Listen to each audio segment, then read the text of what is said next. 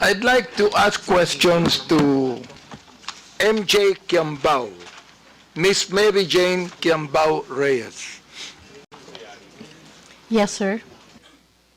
Yes, You Your made Honor. a statement when you were giving your statement that you base your blog on the truth, no? And that you are actually not biased. You are not pro Duterte. You are not pro Marcos. You said that. Am I right? Your Honor, yes, sir. Although I also said in that same statement that yes, I can be biased, but I don't go below the belt. But as far as being pro or anti-Marcos and Duterte, I always try to remain objective. Ms. Reyes, Yes, sir. I am Yes, the Your Honor. chairman of the Committee on Human Rights. Yes, Your Honor. I have records of EJK victims. And you made a statement, it says right here, to the International Criminal Court, global community, and world media. Is this not a pro-Duterte statement? Can you please, sir, complete the whole No, not yet. Not yet. report? I'm going to complete this. I'm just referring to the first statement, to the International Criminal Court, global community, and world media. It means that you want to tell that to the International Criminal Court. Am I right? Dahil And therefore, Mr. Chair, you do not agree for the former president to be held in the ICC. Am I right? yes, Your Honor. Okay, very good. Well, therefore, you are pro Duterte. Don't tell me you are not. All right? Sir, can I No. pwede po akong sumagot? Let me ask another question to you. You said you need to see this. The so-called EJK victims under President Duterte, a massive hoax. Do you believe that, Mr. Chair? Yes, sir. Again, Where did you yes, get the information, Mr. Chair? Your Honor, sana po mabasa ng buo yung aking... Do you want me to give you documents on that? Sir, I know what I posted, but I want the whole, the people here and the media to also see ano yung context ng aking isinulat para po maintindihan din nila Ito at na hindi yung lang context, maibase Mr. Chair. sa isang You do not statement even lamang. need to complete this. Kung gusto mo Sir, kumbituhin ko, yes, ito, Your ah. Honor, I would Ito, ah, okay. appreciate very much. I'm going to Mama. complete this now. Okay, Yes, para Your marinig Honor. ng lahat. Opo. The so-called EJK victims under President Duterte, a massive hoax. Okay. Sa akin, mali. I have documents to show. Yes, Your Honor, All right, that is now your you truth, said. and I also have my truth. Please. May I remind the resource person to, again, patapusin muna yung interpolator before you answer. Okay po, salamat po, Mr. Chair. And sige po, so, kung pwede po, ibigay na lahat ng tanong at mabigyan din po kami Laban. ng pagkakataon na sumagot nang wala ring interruption Of sana. course, you will be Opo. given your opportunity to answer. Pero patapusin muna talagang interpolator. That is Sige a po, ruling Mr. Chair. before the resource person. Wag po tayo magsapawan. Opo, Mr. Chair, maraming salamat. Okay, Mr. Chair, let me continue on. You said, the anti-Duterte propagandist. So alam ko na kung ano yung bias mo, di ba? May bias ka na rito eh. Oo. Okay, likely funded by drug cartels, terrorists, corrupt politicians, greedy oligarchs, and narco-politicians are desperately trying to manipulate the global narrative. What did you get the information about that, Mr. Chair? Pwede na po akong... Go ahead. Sige. Yes, Mr. Chair, pwede na po ako sumagot? Yes. Okay. Doon po sa mga nauna niyo pong tanong, kung saan, ang sabi ko nga po ay hoax. Ang pinagbabasehan ko po doon ay yung mga naglalabasan ngayon na panibagong impormasyon, mga kita naman po ito sa social media, ano po, kung saan yung mga napabilang na EJK, yung mga nagpakita ng picture ng mga anak nila na namatay daw sa EJK, actually ay hindi po connected sa EJK. At yung iba po ay buhay na buhay naman po. That's why, ang sabi ko nga ay hoax dahil yung mga pinakita ng mga nagrarally at pinapakita nila na namatay sa EJK ay hindi naman po patay. Mr. Chair, Mr. nag-a-attend ba kayo ng Quadcom hearing? Mr. Chair? Nag-a-attend ba kayo ng Quadcom hearing? Ano po ba? Yung mga biktima ng EJK ay nandoon at nagkaroon pa sila ng prayer rally, Mr. Chair. Nag-attend ba answer. kayo ng Quadcom hearing? You can answer. Mr. Chair, okay, salamat po at pagkakataong sumagot. Yes, nakapanood na po ako ng Quadcom at napanood ko rin po yung mga latest na ganap ngayon kung saan may isang Aling Sheila, Aling Lori, Aling another mother, kung saan yun po, yung mga anak nilang pinapakitang namatay sa EJK ay hindi naman po. Doon po, yun po yung pinanggagalingan ng aking isinulat na opinyon. Yun po ay reaksyon at opinyon sa mga nabalitaan ko po sa social media. At sa mga news online. Again, those are my personal reaction and opinion on the current events. Mr. Chair, ang hirap nun, makakabalita ka ng anuman, tapos you're going to put up an opinion, and you want to let the people believe it's the truth. Yun ang problema dyan eh. Facts. Then, sinabi mo, they want you to believe that every young life lost was at the hands of our people's president, Rodi Duterte. This is a blatant lie. That is my, pwede na pong sumagot, Your Yes, Honor? go ahead. Sige. Opo. Go ahead. Again, that is my truth. Those are my opinion. And nakabase naman din po yan sa mga available information. Ngayon, makikita po natin na yun nga po, may mga EJK victims nga raw na hindi naman pala. Raw. Oh, raw. yun nga po, sabi, yung raw po, I'm Therefore, referring... you have no right to say it's a massive hoax. Mr. Chairman, with the indulgence of Chairman. Yes, Mr. Ma'am, Congressman yung Paduano. sinasabi mong mga facts ngayon na lumalabas, is it an official document coming from those investigation by government agencies, by Quadcom, or just a mere in the social media accounts? Sir, Your Honor, if I'm not mistaken, nasa newspaper na rin po yan. Sandali But of sandali course, po. nauna, Sandali. Nasa newspaper. Pero ang tinatanong ko po, anong source ng newspaper? Is it an official document or findings of the Human Rights Commission?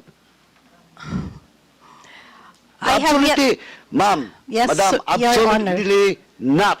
Because during our hearing, the Quadcom, all those victims, yung mga families na nandun, was confirmed by Human Rights Commission. okay, Your Honor, In fact, we have all the list. Your Honor, can I also answer now, kung pwede po? Okay. Lumabas po na may mga kapatid, yung mga biktima, na sila po mismo ang nagdi-deny doon sa mga Mr. ibinabalita ngayon Mr. Chair, Yes. Mr. Mr. Chair, Chairman. I'd like to interject for a while here, while you're answering. Ang binabanggit mo, may nabalitaan ka? May nabalitaan ka? Oh, I mean, my goodness, if you would like to be a resource person here in this committee, kinakailangan meron kang basis, meron kang tunay na basis, meron kang dokumento na masasabi. Sapagkat, Luka, ang Commission on Human Rights, for example, nag-imbestiga ng EJK at maraming nakita. Kami, in my Committee of Human Rights, marami kaming nakita. Oo. Samantalang ikaw, sinasabi mo, massive hoax ito. Wag naman, Mr. Chair. Gusto kong maniwala sa statement mo kanina. Pero ngayon, Itong statement na ito, hindi na maganda eh. O, nagsabi ka pa ng facts. Some of these so-called victims died years before or after Yes. Duterte's presidency. Where'd you get the information? Nasa balita po, Your Honor. Yung iba po ay namatay ngayong last year lang po, Madam. 2024. Mr. Chairman, Opo. Madam, sa Quadcom po, sa hearing namin, at it was confirmed by Human Rights Commission, lahat po na nakalista doon, under our records, was confirmed by Human Rights Commission. Wala po doon yung prior and after Wait lang po ha, kasi ako. ng Duterte's administration. And, Mr. Chairman, kindly, let me just remind that, sir, is he your law counsel? No, sir. Oh. From the House of Representatives po siya. Ay, From the House? nagpapapirma po. Sabi ko mamaya na kasi busy pa po tayo. Anyway, madam, Apo. ma'am, Yes, wala Your po Honor. eh. Now you're talking about those mga disclaimer ng family. Now, ang tanong ko po, is it documented, under oath? Do you have a document for that? Or just a mere media reports? Alin po, sir, yung tinatanong po ninyong documented or Hindi, media yung reports? sinasabi mo na may mga families of victims na dininay, na-refute yung claims. Posted po ng mga Ayun nga kamag-anak problema, nila, and posted then, sa social opo, media. and Ang sinasabi ko, madam, baseless yan kasi based on our investigation, and unless otherwise, you can have a document under oath that indeed a certain family of victims clarified and dispute that data. Okay po, Your Honor, noted po. Next noted? time. Yeah, noted Anong po noted? noted po na, Tinatanong po kita Ah. kung may dokumento ka bang hawak, wala. tulad po ng sagot ko kanina, Hindi, Your sandali, Honor. you answer my question, Mr. Chairman. Yes, I'm trying to answer, Your Honor. Sandali po. Apo.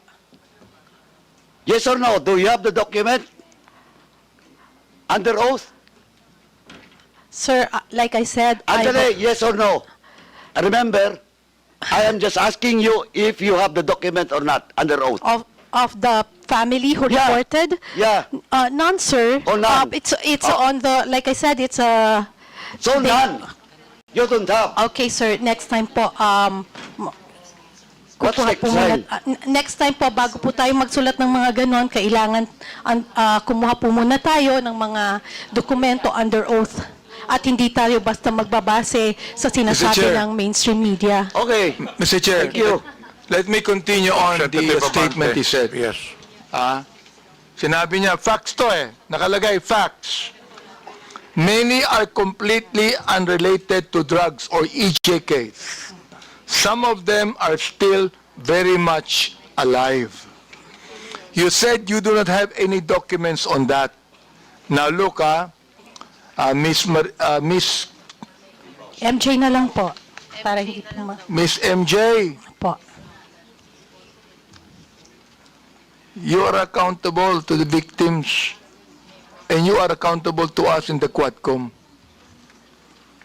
Pinasinungalingan mo kami. Pinasinungalingan mo ang mga victims. Now look, if you do not apologize right now, you listen. Yes, Your Honor. If you do not apologize, I am going to make a motion to hold you in contempt. I apologize, sir. And tulad nga po ng sabi ko kanita, sa susunod po ay maghahanap na lang po muna tayo ng mga under Yun. oath. At Okay hindi daw, po ha? tayo magre-rely sa mga balita ng news. Salamat na- po. Okay po. Kaya Maliwanag fake news. Yun ang ibig sabihin non fake news. Ito, tutuloy ko Salamat din po, Your Honor. Ito sinabi nyo, ikaw, binanggit mo na ito and this is something that you should apologize also. Anong sabi mo? Do not let these criminal forces twist reality to turn a strong, decisive leader into a monster. Now let me ask you, who are these criminal forces? Ms. MJ, please answer. Okay. I have this, kasi tulad ng sabi ko, ito po ay mga reaction at opinion ko lamang. Well, therefore you apologize because this is Okay not po, true. sir. Okay, sir. I apologize.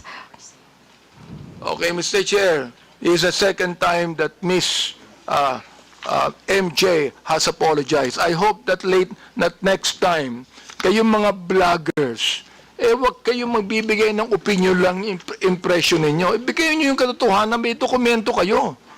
Sapagkat meron kaming documents to show Naiinsulto ko, I am insulted with your statement. Being the chairman of the Committee on Human Rights and one that's investigating, I am actually insulted with your statement. Again, my apologies, sir, and noted po sa mga suggestions po ninyo. At gusto ko lang din pong sabihin na yung pong post has nothing to do with you. Hindi po, it has nothing to do with, pasensya na po. Well, Mr. Chair, maraming salamat, no? Yung binabagit mong nothing to do with me, pero yung tinawag mong criminal forces, kasama kami dun ikaw naman, mag-isip naman kayo. Ang hirap nito, Mr. Chair, itong mga vloggers na iba, ito ang mga tanga Tatanga-tanga ang gobyerno. Mag-isip kayo. Hindi lang sumusulat kayo kung anong gusto nyo isulat dyan. You're telling us, yung criminal forces, gusto kong sabihin ngayon, Mr. Chair, publicly, ikaw ang tanga. Okay, Your Honor, pero Mr. Chairman. Mr. Chairman. Representative Ponduano. Mr. Chairman, just a matter of protocol. May I move to strike out the statement of the Chairman Abante Second. addressed to MJ? Second, Miss MJ. Mr. Chair. Thank you, Mr. Chairman. Any objection? There being none, the uttered words is stricken off. Any further questions? I rest, Mr. Chair, and thank you so much. I'm not angry at you, Miss MJ. We're just ferreting the truth here. Ano? okay, Your Honor. Pero again, hindi ko po alam kung saan niyo po nakukuha yung idea niyo na kayo yung criminal forces. Hindi po. Anyway, again, Ikaw ang apologize. Mr. Chair. Okay po, sir. Ikaw ang My sumulat apologies. Yes. Okay. My Sinulat apologies, mo sir. yun Okay po. Tanga po ako, sir. My goodness. Okay, we now proceed to the next interpolator. Mayor